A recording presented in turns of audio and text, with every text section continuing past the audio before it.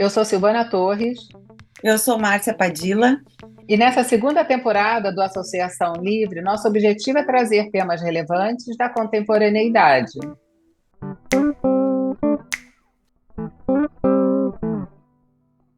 Sejam bem-vindos à Associação Livre da Febrapse. Hoje convidamos a analista Denise Zimpec para discutir um tema que toca a todos nós, a escolha amorosa. Vamos explorar como nossas vivências passadas influenciam nossas decisões no amor, os padrões emocionais que podem se repetir em nossas relações e como podemos utilizar a psicanálise para compreender melhor esses processos. Prepare-se para uma reflexão profunda e enriquecedora. Hoje temos a honra de receber aqui no Associação Livre uma analista de casal e família, Denise Zimpec, para falarmos sobre a escolha amorosa. Denise, muitas vezes ouvimos que nossas experiências na infância e na adolescência moldam quem somos e como nos relacionamos. Você poderia nos explicar como essas vivências influenciam as escolhas amorosas na vida adulta? Sim, muitas coisas para se pensar, né? A primeira, sim, dentro da teoria vincular, né, a gente vai sempre pensar como se dá o sujeito dentro de um vínculo. Então, assim, nós já nascemos num vínculo, esse vínculo que nos precede é o vínculo dos nossos pais. Esses pais, eles existem dentro de uma família, dentro de uma comunidade, dentro de uma cidade, dentro de um país, enfim, aí a gente vai expandindo. Mas acho que a primeira coisa é pensar que quando essa criança vem ao mundo, é uma criança que já foi falada, já foi sonhada, já foi esperada, já tem um nome, principalmente hoje que a gente já enxerga tão bem, né, o bebê no ventre. Então, assim, esse bebê já é muito esperado e já se tem para ele traçado algum tipo de objetivo, né? Algum tipo de sonho, assim, como que a gente sonha essa criança? Então, a partir do nascimento, a relação que vai se estabelecendo com a mãe, com o pai, com a família como um todo, continua e agora, né, de uma forma presente, não só mais no sonho, um discurso em relação a esse bebê. A gente tem uma fala, né? Quando a gente se refere e isso, assim, o sexo do bebê também determina muito, né? O sexo biológico determina muito o que vai se falar desse bebê.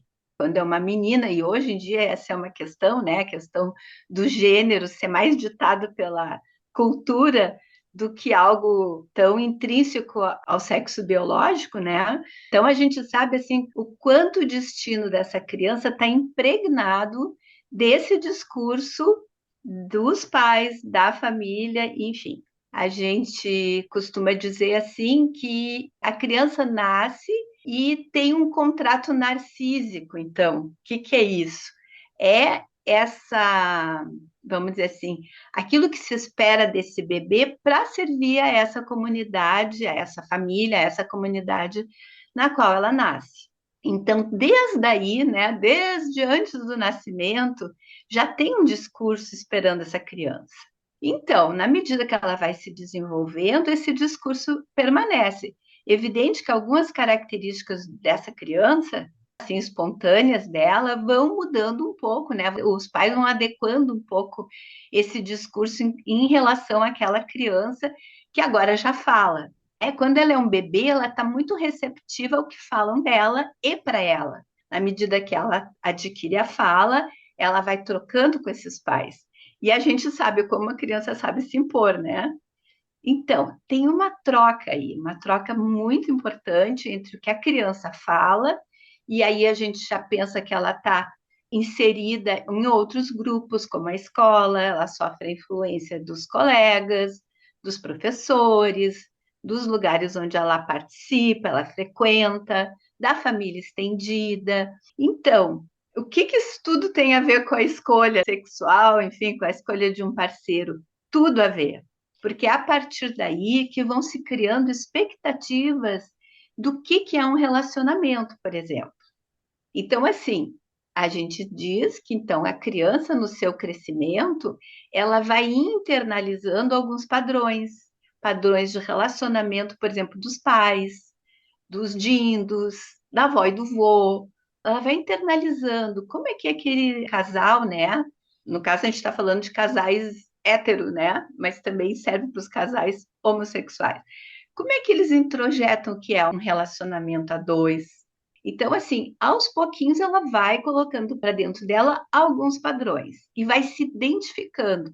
Então, quando a gente fala que ela vai colocando para dentro, a gente está falando de identificações.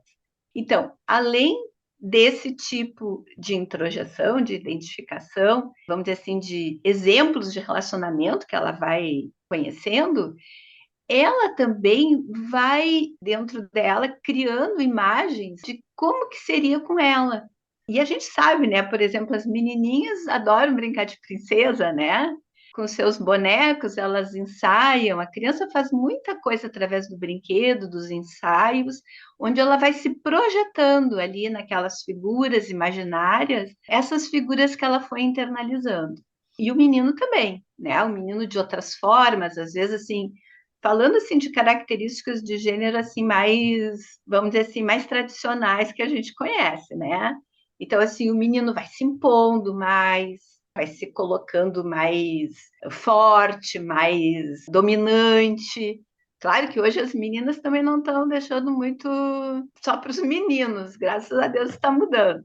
Mas tradicionalmente a gente vê assim que tem características identificatórias que vão marcando certas atitudes. E com isso vai se criando já, desde aí, 3, 4 anos, quando já está mais delimitada essa questão de identidade de gênero, que vai, né, vamos dizer assim, se estabelecer lá na adolescência. Mas ali já começa, né? O que é do menino, o que é da menina. Então, vão ser padrões, então, desses casais que eles vão conhecendo e de identificação, então, com as pessoas importantes da sua vida. Então, aí está o, vamos dizer assim, o germe, né? Aquilo que vai germinando dentro da criança, vai se desenvolvendo. Ali, quando chega na latência, os meninos se separam um pouco das meninas, né? Tem aquelas brincadeiras que é só de menina, e menino não entra e tal, mas já existe ali algum tipo de idealização do menino que ela gosta, da menina que ele acha bonitinha. E quando então chega a puberdade, isso vai ficando cada vez mais forte, uma questão assim que aparece pela atração, né? A atração física e a atração também pelo jeito, pelas características também de comportamento das pessoas que interessam. Então, o que que a gente se dá conta? Que isso foi sendo construído ao longo da vida. Então, assim, quando dá o match, né, que a gente fala assim, quando deu ali, algo se linkou, vamos dizer assim, a esse processo que estava vindo desde lá do nascimento. Então, isso é muito interessante, né? Às vezes, até em segundas relações, as pessoas costumam dizer assim: nossa, casou de novo, ela é igual à primeira esposa, né? Ou ele é igual ao primeiro esposo, ou, né, igual ao pai, ou muito diferente do pai. Também tem isso, né? Nem sempre essas identificações, às vezes é a cópia, por exemplo, do pai ou da mãe. Tem gente que escolhe de uma forma exatamente ao contrário, não quer no seu cônjuge, enfim, no seu futuro parceiro ou parceira, alguém que repita, né? Alguém que seja muito igual. Mas aí já é uma coisa mais elaborada, digamos assim, né? A pessoa não quer. Então, é um pouco por aí, assim, né? A adolescência tem muito da experimentação, tem muito de tentar com um jeito, tentar de outro, até que a pessoa vai construindo, vamos dizer assim, algo um pouco mais estável daquilo que ela espera de um relacionamento. Então, a pessoa que ela escolhe tem muito a ver com aquilo que ela espera de um relacionamento. Como, então, a partir disso que está dizendo, a percepção que a pessoa tem de si mesma, isso impacta como ela vai escolher, né, o relacionamento? Tem muito a ver, né? Tem muito a ver, principalmente quando ela passa a ter mais consciência disso.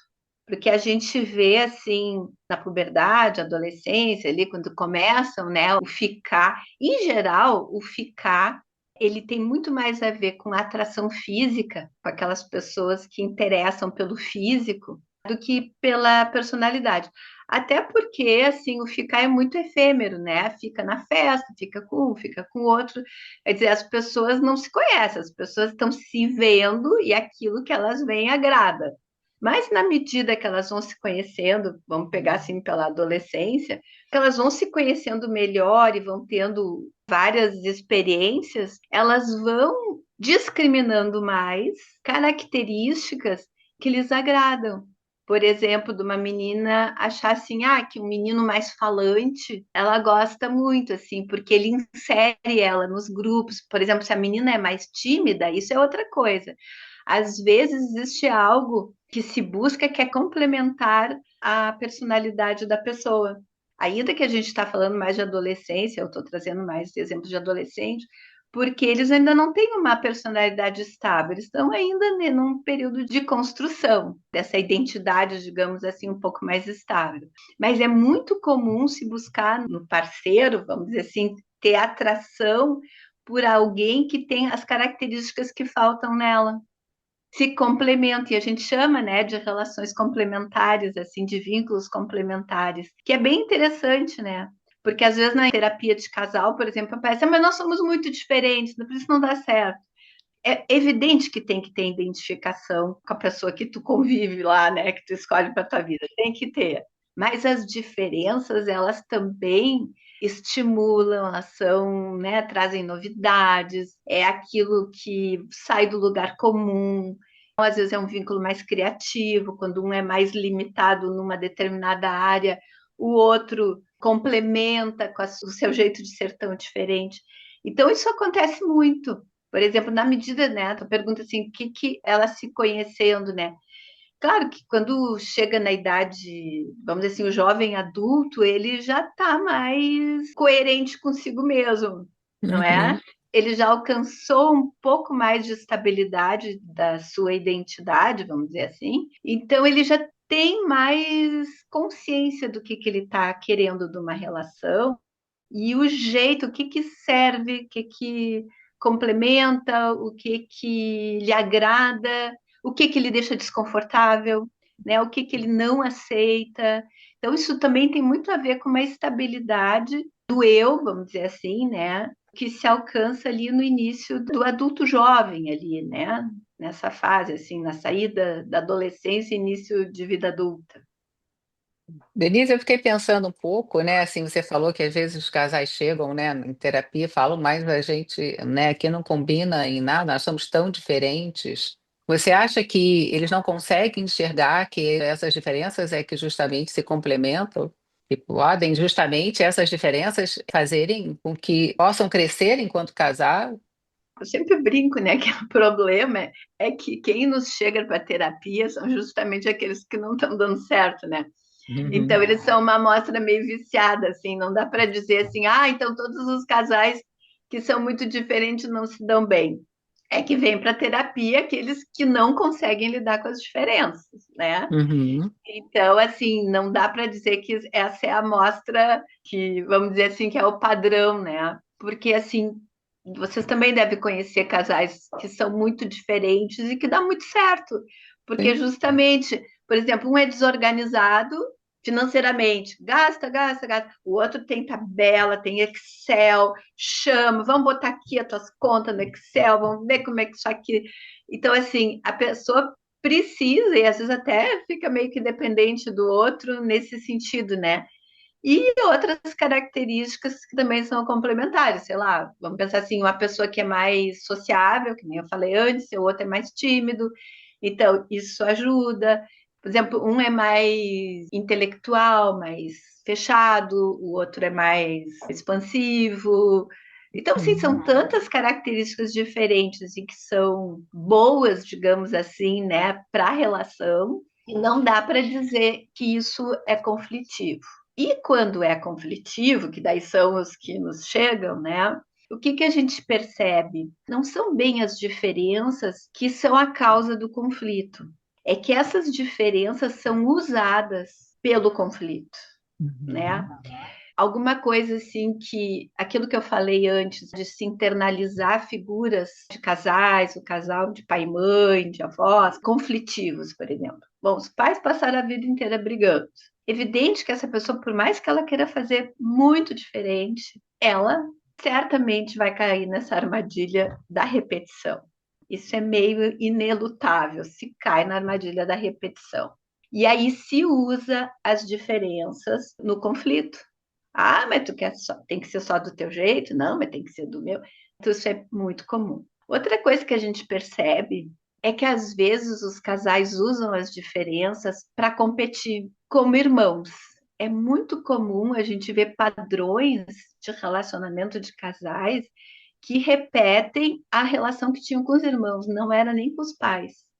Aquela coisa do menino e da menina, a menina teve mais regalias que o menino, ou vice-versa, e isso volta na relação conjugal, como se ele tudo virasse uma questão de disputa. Aí então tem que ser só do teu jeito, não, mas tem que ser só do teu.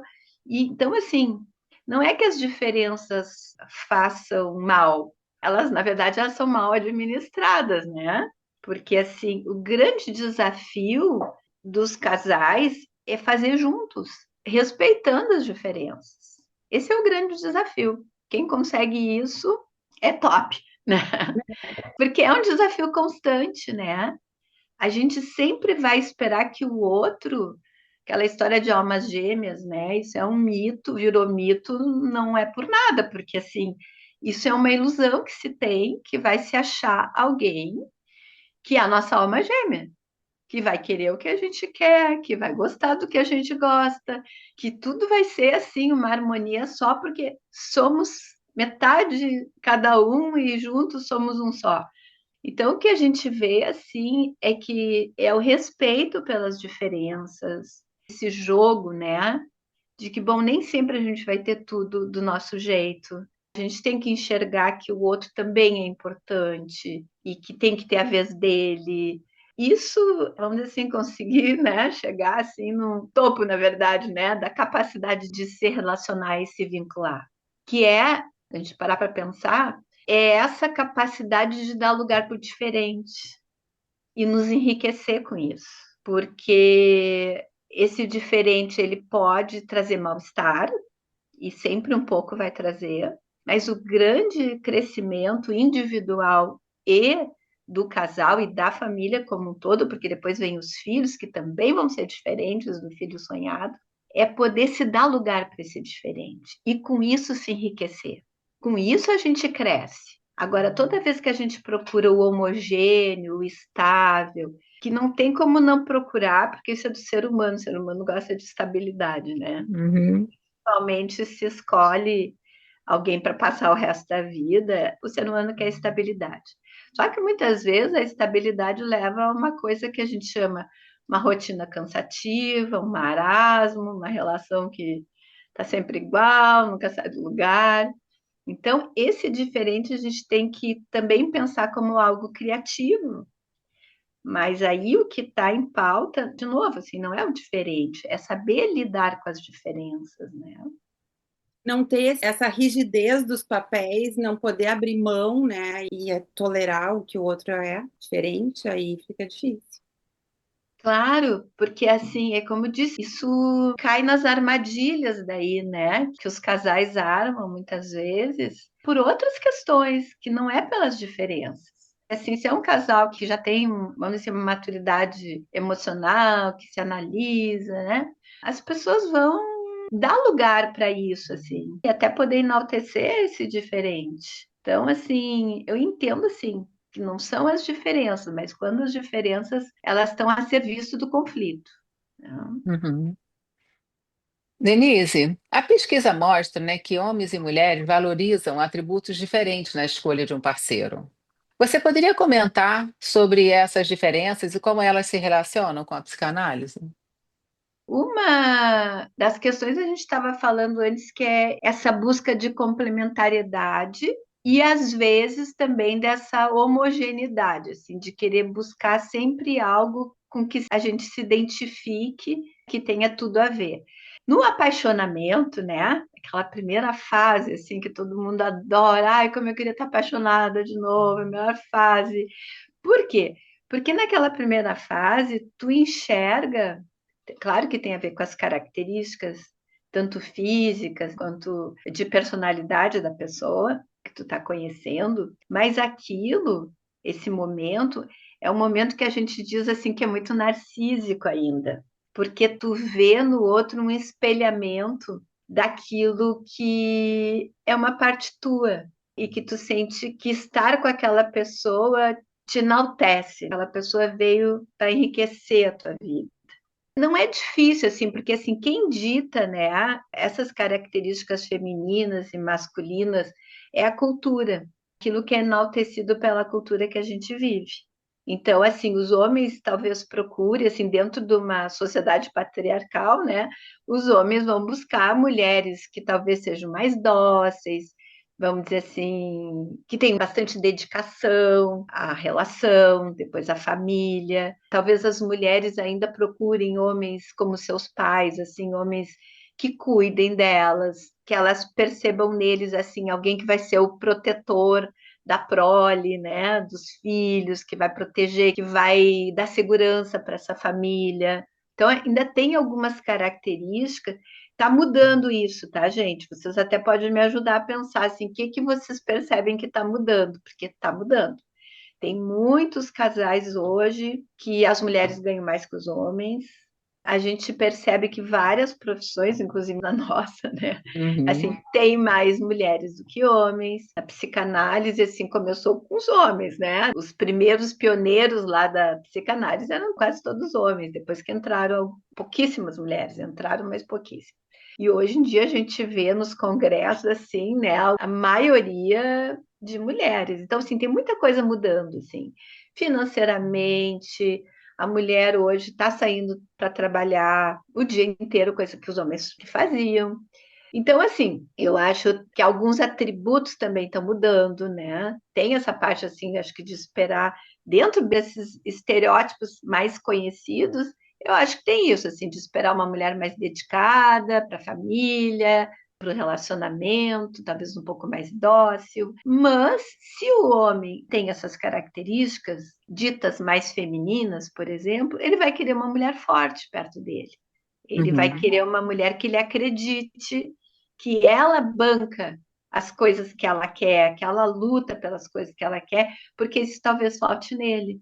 Então, assim, tem características, eu acho que são da cultura, atributos, né, que a cultura valoriza e que isso é reproduzido, então, lá na escolha, que nem eu falei, né, lá do início, vem desde a gestação, né, desde que essa criança foi sonhada, esses atributos que são valorizados pela cultura vão estar impregnados ali na hora de valorizar o parceiro, né, o futuro parceiro, essa busca, né? Isso assim, né? No melhor dos casos, nos casos, vamos dizer assim, mais saudáveis, que é o que a gente percebe. Mas a gente sabe que também existem muitas relações ruins, escolhas que obedecem muito mais. A gente sabe aqui, né? A gente fala assim na psicanálise de uma compulsão à repetição. O que que é isso, né? Uma compulsão à repetição é quando, em vez de se pensar, de se sonhar esse parceiro, eu tento curar as minhas feridas através dessa relação. E aí as coisas começam mal desde o início, porque assim a gente fala, né, dentro da psicanálise vincular, a gente fala de contratos e pactos inconscientes. O que que são esses pactos? É quando eu deixo de lado coisas que eu percebo que seriam ruins, mas porque assim o pacto ele é feito pelos dois, tá? Ele é proposto pelo casal. É quando eu desminto, eu deixo de enxergar certas características que eu sei que me fariam mal. Em troca, eu sinto que o meu futuro parceiro também desmente e deixa de lado coisas que fariam mal para ele. Então, isso a gente chama de pacto denegativo, que acontece quando esse casal resolve, então, compartilhar a vida. Só que esses pactos denegativos, vamos dizer assim, eles estão fechados lá em algum lugar, né? Tá lá, aquilo que eu não gosto dele, aquilo que eu não gosto dela. Só que assim, no passar do tempo, diante de conflitos e desafios da vida a dois, não tem como esses pactos não sofrerem abalos. Inclusive, uma das coisas que a gente tem conversado assim nos grupos, né, que se estuda vínculos, é assim, em geral, os casais procuram quando se rompe o pacto. Quando esse pacto, por algum motivo da vida ou do próprio conflito, ele é rompido, esse casal não tem mais aonde se segurar. Ou eles se separam, né, espontaneamente, enfim, né, dão um jeito, ou eles procuram terapia, porque assim, ó, a gente se ama, mas esse jeito de se relacionar não tá mais dando certo, tá muito difícil, tem muito sofrimento, os filhos entram nesse sofrimento também. Então, assim, são muitas motivações inconscientes, é disso que a gente está falando, assim, tanto positivas, no caso assim que a gente busca aqueles padrões, vamos dizer assim, que se percebe que nos fazem bem, né? Que as pessoas percebem que fazem bem estar em companhia de alguém que tenha características que somem na vida dela, né? Que acrescentem na vida dela, quanto a ver com esses pactos de negativos que aí sim tem a ver com uma compulsão à repetição do sofrimento, de um vínculo que traz sofrimento, que a pessoa parece assim que está destinada a sofrer, sem se dar conta. Isso vai aparecer a posteriori. Denise, é o que a gente chama no popular, né? Que as pessoas costumam brincar, é o dedo podre. Pois é, né? Né? É, Seria isso, é o né? Essa verdadeiro. compulsão à repetição, né? Exato, exato. É, o dedo podre é bem isso, quando a pessoa diz assim, mas só escolhe mulheres que traem, que aprontam, né? Uhum, Ou as mulheres que digo, né? Ah, só sim. escolhem homens que atraem, que aprontam. Enfim, que de alguma forma, assim, lá pelas tantas, rompem, né? Rompem com esse pacto.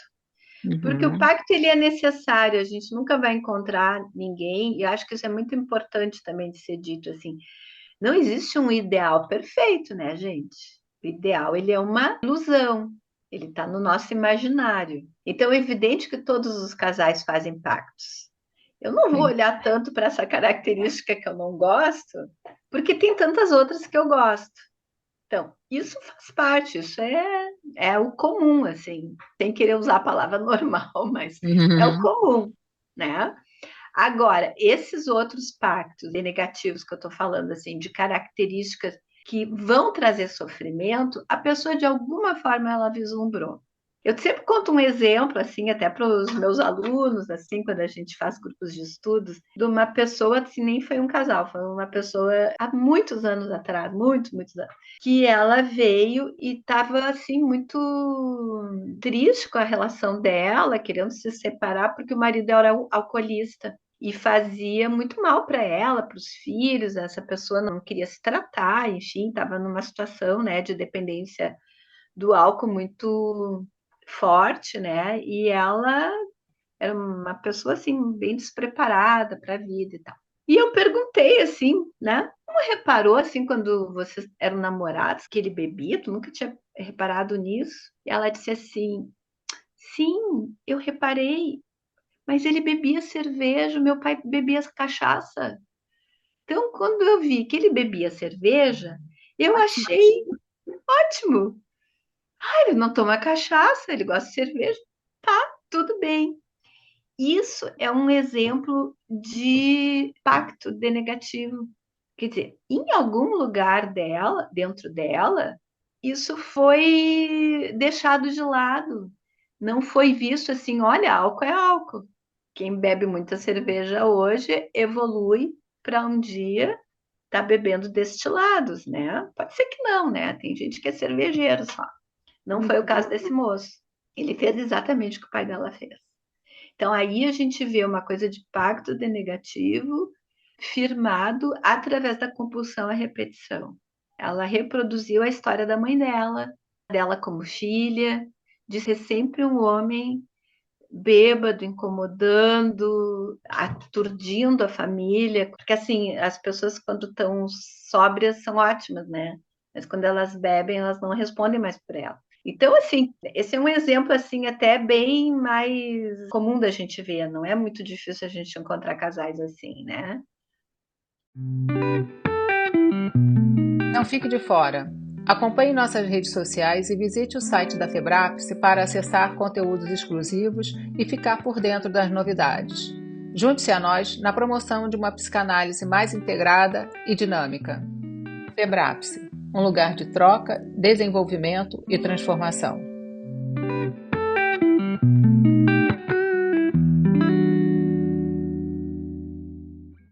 Eu queria te perguntar sobre a comunicação, né, Uhum. em casal.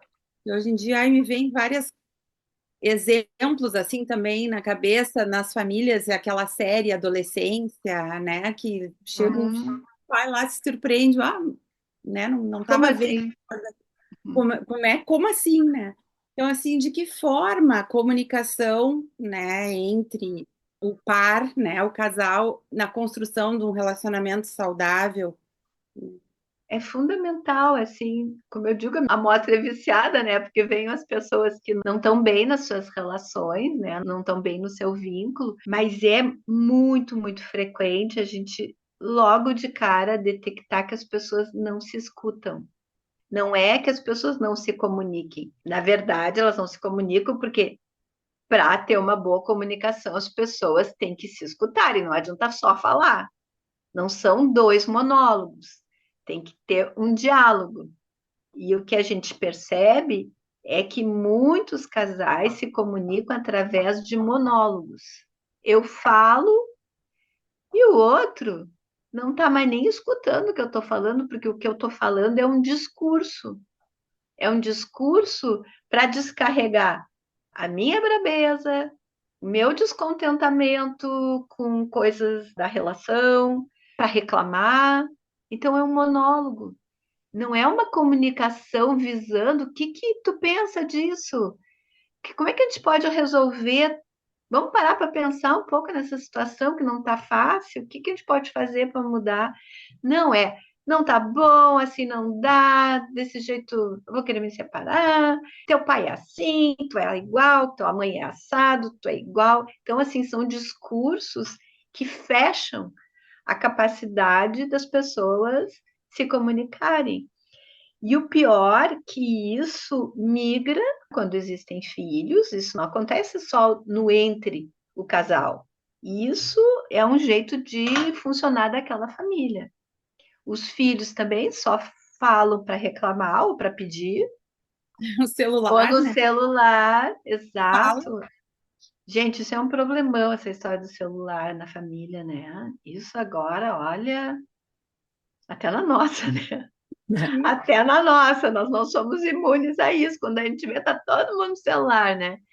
Que coisa, né? Como isso está roubando a qualidade dos vínculos e da comunicação.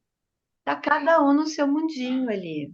Porque antes até estavam, né? Isso quando a gente fala de monólogos, e tá bem, né? Uma convivência em família, evidente que as pessoas têm que ter o seu momento de individualidade, de buscar seus interesses individuais, tá tudo certo.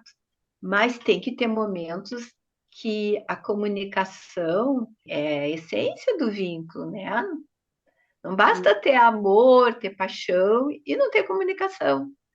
Porque daqui a pouco a pessoa está ali, assim, sem saber se o outro entende o que ela pensa, o que ela sente. É muito interessante, né? Porque às vezes, assim, até no individual a gente percebe, assim, nossa, daqui a pouco a pessoa leva um susto quando o outro quer falar em separação. Como assim? Estava ruim a nossa relação? Eu É. não Nunca entendi. falaram sobre isso. Ah, arrumou uma amante. Como assim? Por quê? O que que houve? Traição? Que coisa horrível. Disse assim, mas como é que estava essa relação? Por que que foi tão surpresa assim? O que que estava rolando ali?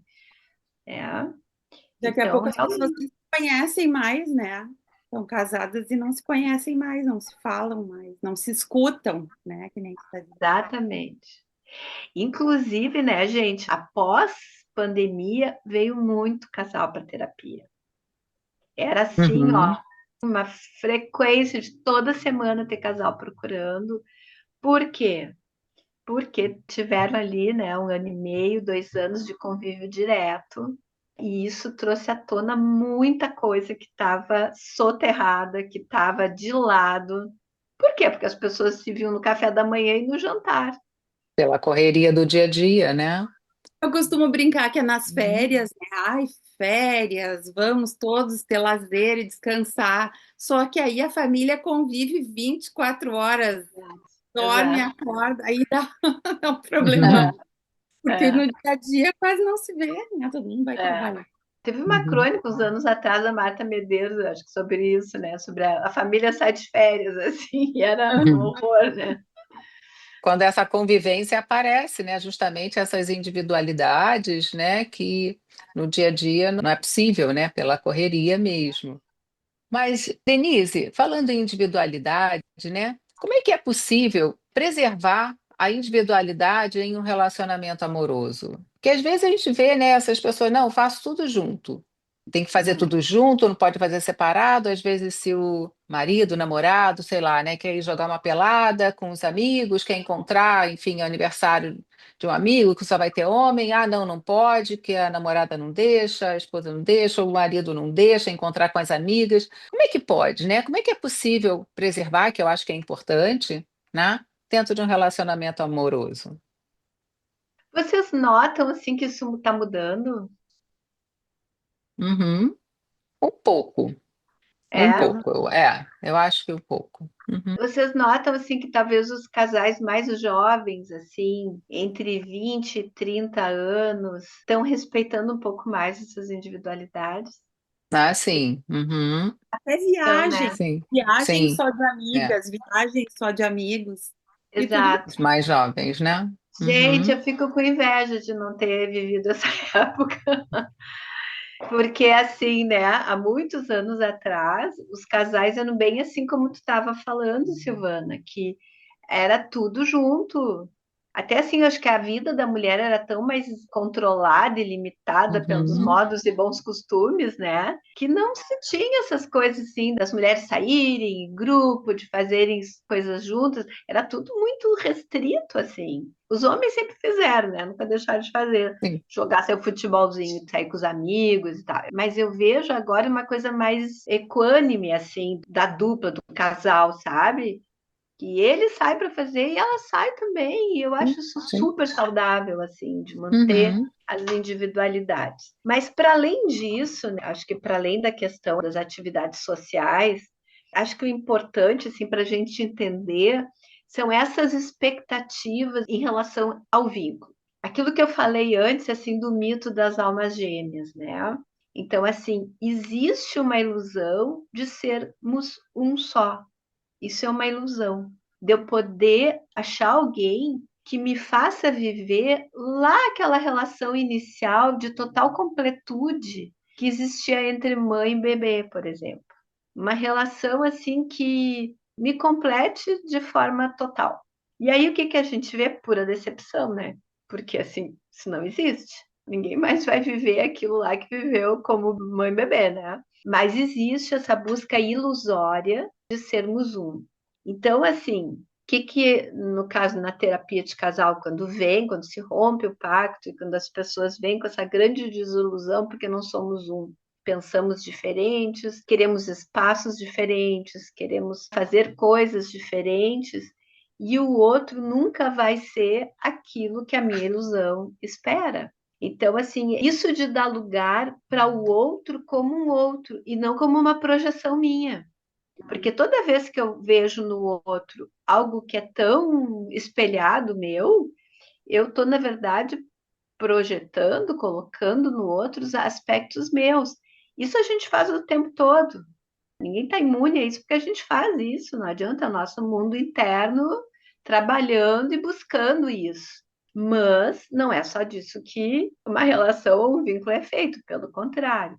Um vínculo, ele está sempre, vamos dizer, sendo sacudido pela presença efetiva de um outro que é radicalmente diferente de mim, que tem a sua alteridade, que tem as suas facetas que eu nunca vou poder dizer que aquilo é para mim ou contra mim. Não, é dele, é dela.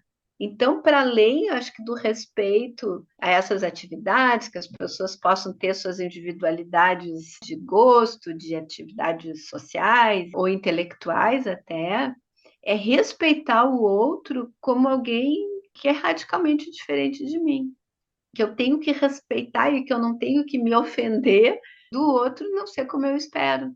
E a gente vê assim que parece que as pessoas, depois que casam, muitas vezes entram assim quase que numa obrigação de atender às expectativas do outro. Claro que isso tem que ser algo muito construído no entre dois, né? É aquela parte do vínculo que a gente diz assim, que é do entre, né? Aqueles dois juntos fizeram uma terceira coisa que é o vínculo deles, que não é nem da Maria nem do João, é do João e da Maria juntos. Eles constroem esse respeito pelas individualidades, eles constroem uma admiração pelas diferenças. Então, acho que isso, assim, né? A gente vê casais muito evoluídos, muitas vezes até esses que procuram por conflitos, né? Tem casais muito evoluídos, assim, e que enxergam e que respeitam, Uhum. e às vezes estão mal por outras questões, mas conseguem enxergar como benéficas essas diferenças, né? Denise, e depois de um divórcio, né, ou o término de um namoro, um relacionamento, como que essas projeções emocionais afetam, assim, para escolher um novo parceiro?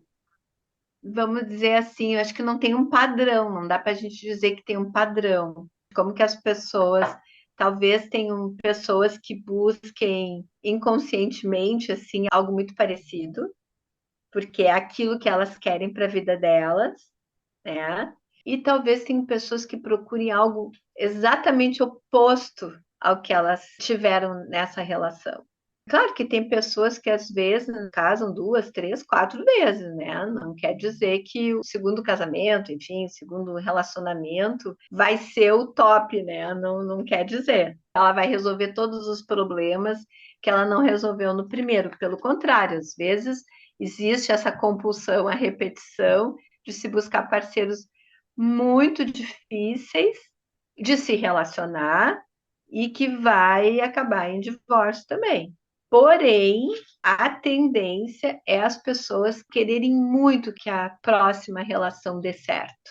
Então, a tendência é elas serem mais criteriosas quando elas estão melhor com elas mesmas. Isso é o fundamental. E por isso que é tão importante assim a pessoa dar um tempo, né, depois do divórcio, não sair procurando desesperadamente alguém para preencher aquele vazio. E não só divórcio, né? A gente sabe assim de relacionamentos longos que as pessoas às vezes nem estão morando junto ou estão, enfim, mas não conseguem ficar sozinhas, né? Essas pessoas que não conseguem ficar sozinhas é um problema, assim, porque elas rapidamente encontram alguém para tapar um vazio existencial, enfim, na sua vida, e acabam então repetindo, né, um padrão assim de escolha. Quando as pessoas se dão um tempo sozinhas e estão mais coerentes com elas, né? Às vezes é um momento de buscar uma análise, né? De se Uhum. olhar.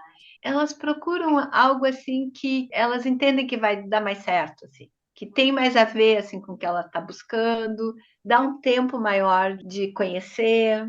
Eu não sei se vocês têm percebido isso. Eu acho que sim.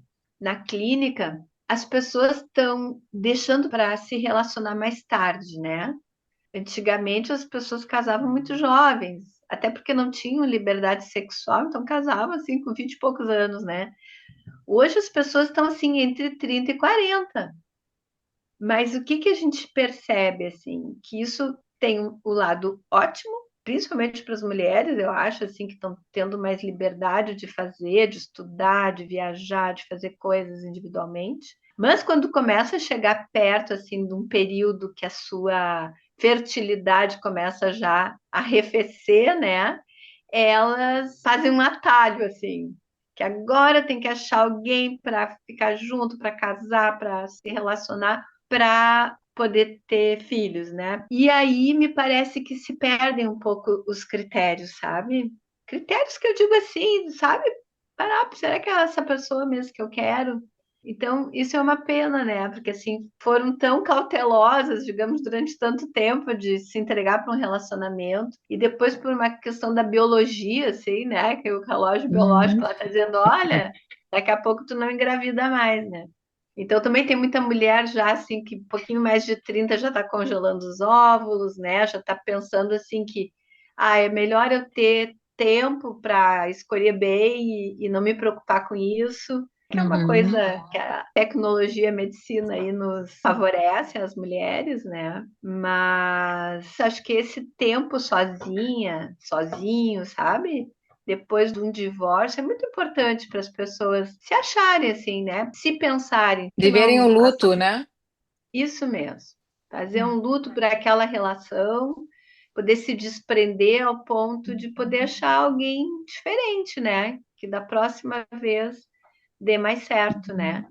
Ou que ela esteja diferente também, não é só o parceiro, né, que tem que mudar, ela esteja mais pronta para se relacionar de uma outra forma, Uhum. né? Achei interessante que tu falasse do tempo também maior para se conhecer, né? Maturidade para isso, porque são duplas, né?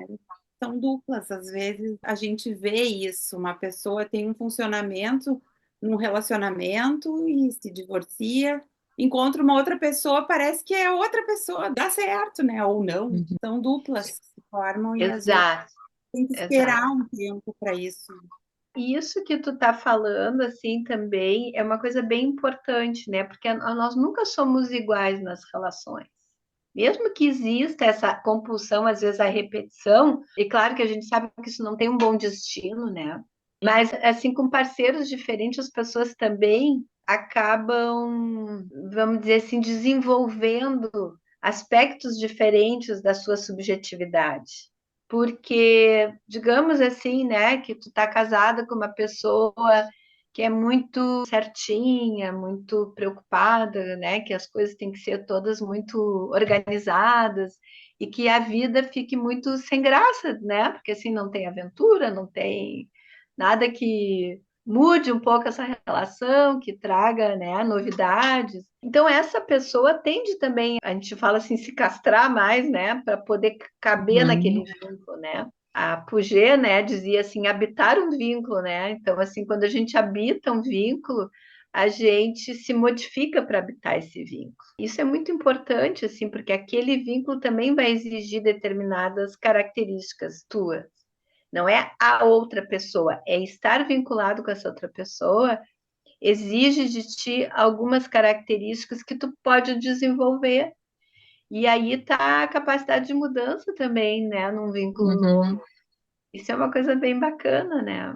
Me lembrei agora de um filme que eu não sei se tem muito a ver, mas foi o que veio agora, né? A Esposa. Não sei se vocês já assistiram. É um escritor.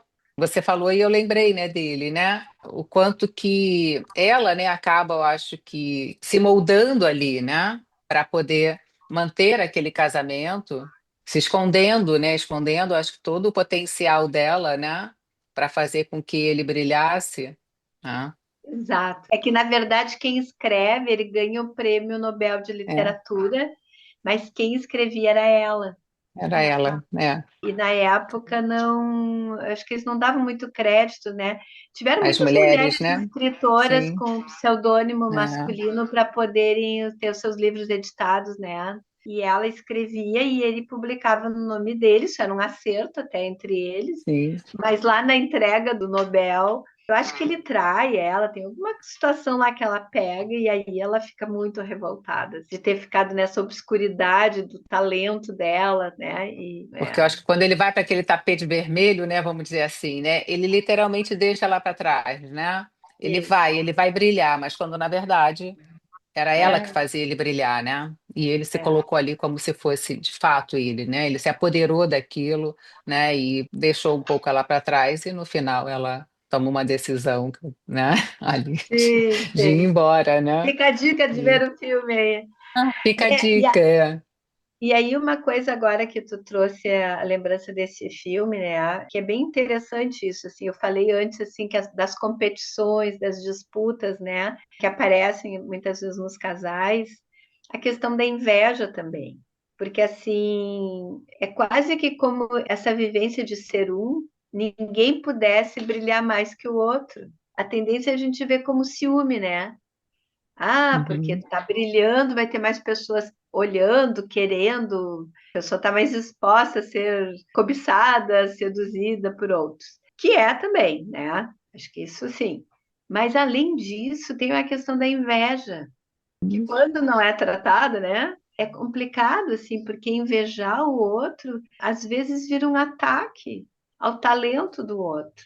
E isso é Uhum. muito triste, assim, porque às vezes as pessoas se inibem de exercer o seu talento, de se desenvolver, de ir atrás, assim, de algo que lhe faria, né, ter sucesso, brilhar, pela inveja do cônjuge, né? Que não suporta intrinsecamente, assim, que o outro brilhe mais. Como se tivesse que manter o outro de alguma forma, assim, ou igual, ou até um pouquinho aquém, assim. Mas isso faz parte desses pactos que eu estava falando, né? Não é em todas as relações que tem, apesar de a inveja ser algo universal, não é em todos os casais que isso predomina. Faz parte desses pactos aí que a gente estava falando antes. E na prática vira uma competição, né? Eu costumo dizer no consultório, parece que não é do mesmo time, né? Essa família, Exato, uma exato. Uhum. disputa, vocês são um time, né? O casal, os filhos, parece que um tá É. contra o outro, né? Essa competição que você está falando. Eu ouvi alguma coisa falando, né, dessa competição, né, falando sobre isso, uma analogia sobre jogar tênis e jogar Sim, frescobol, né? Bem bonitinho, aham, aham.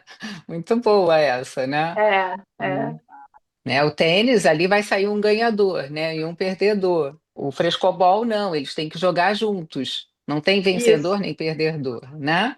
Eles É não jogam deixar, juntos, não pô. deixar a bolinha cair, né? Não Não deixar a deixar, bolinha é, cair. né?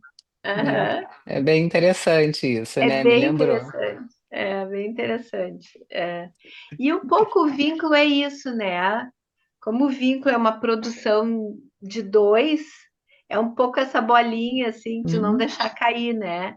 É poder estar produzindo, porque assim, vamos pensar esses casais mais longevos, né? Mas mesmo os casais que estão há pouco tempo juntos, a vida já traz muitos desafios, né? A vida de Uhum. ninguém é um tapete vermelho que tu vai lá para ter sucesso. Não, tem muitos momentos de crises, crises que fazem parte, crises que acontecem e que eles estão ali enfrentando juntos, né? Então, assim, não bastam essas crises, que já é bem desafiador para o casal, né?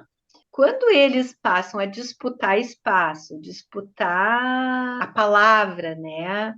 Poder dentro da relação, disputar até isso, assim, o brilho, né? Ai, quem é que tem mais sucesso? Ou quem é Uhum. que tá pior, né? Esse que tá mal, tem que ser sempre um que tá mal. O casal tem que também usar sua inteligência emocional, que nem tu falou, né, Márcia, de que estão no mesmo time. Então, tu Uhum. tem que ajudar o outro a fazer o gol, né? Tem que dar o passe integrar para o outro fazer o gol. esse espírito de integrar esse vínculo cooperativo, né?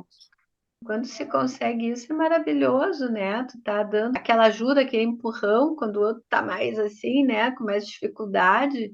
Isso eu acho que é o que vale a pena, né? Tu tá com alguém, tu dividir a tua vida, tu abrir espaço, né? Outra coisa que a gente Uhum. percebe hoje, acho que vocês com certeza, né, estão vendo no consultório, que isso das pessoas deixarem para se relacionar mais tarde vai crescendo muito as individualidades, né? Depois que tu passa muito tempo sozinho na vida, tu vai criando tuas manias também, né? Ah, isso é, tu desceu, né? Tu desceu, assim, né? A casa inteira é sua, né? Então, assim, abrir espaço para o outro não é só abrir espaço no roupeiro, né? É abrir espaço para tudo, para essa pessoa estar presente na maioria dos momentos da sua vida, a partir de que se formou ali um casal. E a gente vê assim como está difícil das pessoas abrirem mão das suas individualidades, principalmente o pessoal que demora mais. E aí a gente percebe assim que as pessoas assim, eu estou falando assim desses casais mais tardios, né? Que passaram muito tempo da sua juventude sozinhos, com relações mais efêmeras, né? Quando formam um casal, às vezes tem justamente essa expectativa de que, bom, agora que eu abri espaço, o outro tem que ser como eu imaginei, tem que obedecer ao meu imaginário. E às vezes a gente percebe, então, assim, às vezes que eu digo até frequentemente, um controle sobre o outro. Bom, agora que eu abri o espaço, eu tenho que ter certeza que o outro me ama, que ele faz tudo por mim. É como se toda aquela individualidade agora tivesse que ser abandonada em prol daquele vínculo que demorou muito para se estabelecer, né? Então, o que eu digo assim é que às vezes as pessoas ficam olhando muito para o seu próprio umbigo, como se o outro tivesse que estar ali para ele, né? Então, assim, tem que ter um que está no centro da relação, no centro da cena. Eu gosto muito de usar essa expressão assim com pacientes vincular, né? Pacientes vinculares, que é assim, como é que eles armam essa cena? Como é que eles estão dentro dessa cena? Que cenários eles armam dentro da cena da relação? O que eles vão Uhum. colocando nesse cenário? Às vezes tem que ter um, assim, tudo para aquele, e o outro fica de fora. Às vezes é o Uhum. outro, né? Então, essa disputa por lugar, pelo brilho, pelo sucesso, por poder. Eu ia dizer que às vezes até Uhum. pequenas coisas, né? Nisso que tu está dizendo, quando a escolha é mais tardia, e aí já começam a ficar cheios de manias. Então, às vezes, um dorme tarde, o outro quer dormir cedo, um acende a luz, o outro apaga. Às vezes não é nada grave, são pequenas coisas do dia a dia, mas que eu percebo assim que minam, né, as relações. Sim, Porque já passou muito tempo sozinho, tem uma série de manias, a casa é toda, né, da pessoa, e aí exato. tem outro ali, parece que atrapalha, né? O outro, assim, meio intruso, né? Então, quando ele deixa de ser um intruso e passa a fazer parte, daí parece que ele tem que estar sob um certo controle do outro, né? Então, assim, são características que a gente vê, assim, também nas faixas etárias, não? O que eu percebo também, que às vezes, né, casais, justamente que eu acho que no início eles já percebem isso, eles então optam em construírem uma nova casa, literalmente, mudam, vão para uma outra casa para poder, enfim, fazer uma nova decoração, para justamente, eu acho que ter essa integração, porque se vai para a casa de um que já estava montada e o outro só Verdade. entra, é muito mais difícil, né? E assim não, né? Quando eles vão para algo que é dos dois, construído ali, né? Pelos dois, as ideias, enfim, né? Como vai ser aquele quarto, aquela cama, né? A cor da almofada, né? Aquela coisa toda. Eu acho que fica mais fácil, né? De entenderem que é um novo momento, né? E tudo isso que tu tá falando, né, Silvana, pode ser uma metáfora também, né? De como é que se constrói um novo vínculo, né? É Uhum. bem assim, né? A gente quer colocar elementos novos, escolher Uhum. juntos, não trazer as coisas do passado de cada um. Né? Acho que funciona bem assim. Denise, a gente está falando, né, dessa coisa de ter mais consciência, né, em relação a esses padrões. Como é que a psicanálise pode ajudar a trazer à luz, então, esses padrões que não estão conscientes, mas que afetam a escolha amorosa? A psicanálise individual, a gente sabe que o nosso fundamento maior é poder trabalhar com a transferência. Então, assim, a própria relação analítica, ela vai identificando como essa pessoa funciona justamente através da transferência. Né? A gente tem uma capacidade dentro do vínculo analítico de ter um acesso a essas questões inconscientes, né? A esses padrões inconscientes, a esses modos de se vincular, a essas repetições, a essas projeções, esses mecanismos de defesa. Então, a psicanálise individual, na verdade, ela traz um grande amadurecimento, porque a pessoa passa a se conhecer, né, através da relação analítica, de uma forma muito profunda e efetiva. Na psicanálise vincular, que daí então a gente tem os dois ali, e é muito interessante, às vezes até eu digo assim que na psicanálise individual a gente faz um atalho, mas um atalho positivo, não é um atalho no sentido de só encurtar um caminho, de que isso seria uma coisa menos valorosa. Não nesse sentido. É que em presença a gente tem o acesso ao outro como esse outro radicalmente diferente das minhas projeções. Porque em análise individual, o que eu trago do meu relacionamento, grande parte, pode ser que, claro, as pessoas contam o que aconteceu, mas elas contam a partir da sua subjetividade, por exemplo, uma cena, né? Que uma pessoa conte na sua análise sobre uma briga do casal, por exemplo. Evidente que quando ela contar essa cena para o seu analista, parte dessa cena tem a ver com os objetos internos dela, né? Então, assim, é a Maria falando do João, é o João, mas em parte do João tem o pai, tem o avô, tem a mãe, tem os irmãos, tem todos os sentimentos que ela teve ao longo da vida com as figuras masculinas que estão projetados ali no João. E o analista individual, ele tem acesso, então, assim, a essas imagos, né, fantasiadas da sua paciente, né? E ele pode trabalhar com isso através da própria transferência, né, de como ela coloca o próprio analista. Na análise vincular, o João está ali. Então, por isso que é um atalho. O João vai dizer assim: não, senhora. Corrige a percepção, parece, né? Não é Não, bem assim. é bem assim. Isso, assim, é o que eu acho o mais formidável na análise vincular. O outro tá ali e já diz assim: não foi bem assim. Isso que tu tá contando aconteceu por quê?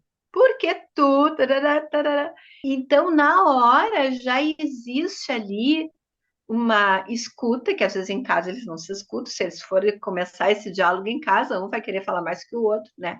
Mas ali em presença do analista, como no seu papel de testemunha, né, que a gente diz, eles estão se escutando. Eles podem até não concordar, tá?